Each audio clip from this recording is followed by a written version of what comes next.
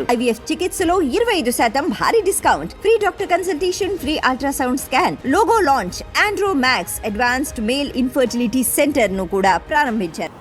Welcome to PD TV. Gudivada నియోజకవర్గ YSR Congress party మాజీ MLA Kodali Nani AP హైకోర్టును అయితే ఆశ్రయించారు. ఏపీ హైకోర్టులో ముందస్తు బెయిల్ పిటిషన్ అయితే దాఖలు చేసినట్లుగా తెలుస్తూ ఉంది.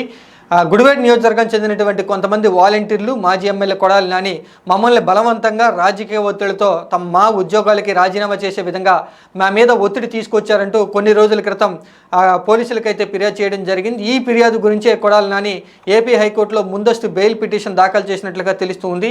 రాజీనామా చేసినటువంటి వాలంటీర్లు తమని విధుల్లోకి తీసుకోవాలంటూ కూడా డిమాండ్ చేస్తూ ఉన్నారు.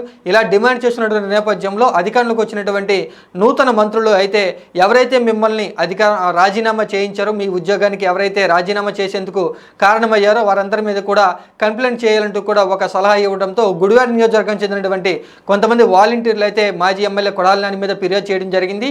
ఈ ఫిర్యాదులో కొడాలి నాని మా మీద ఒత్తిడి తీసుకొచ్చి రాజకీయ కారణాలతోనే మా ఉద్యోగానికి రాజీనామా చేసే విధంగా మా మీద ఒత్తిడి తీసుకొచ్చారంటూ కూడా కంప్లైంట్ అయితే చేయడం జరిగింది. ఈ కంప్లైంట్కి సంబంధించి కొడాలి నాని ఏపీ హైకోర్టును ఆశ్రయిస్తూ కూడా ముందస్తు బెయిల్ పిటిషన్ అయితే దాఖలు చేయడం జరిగింది.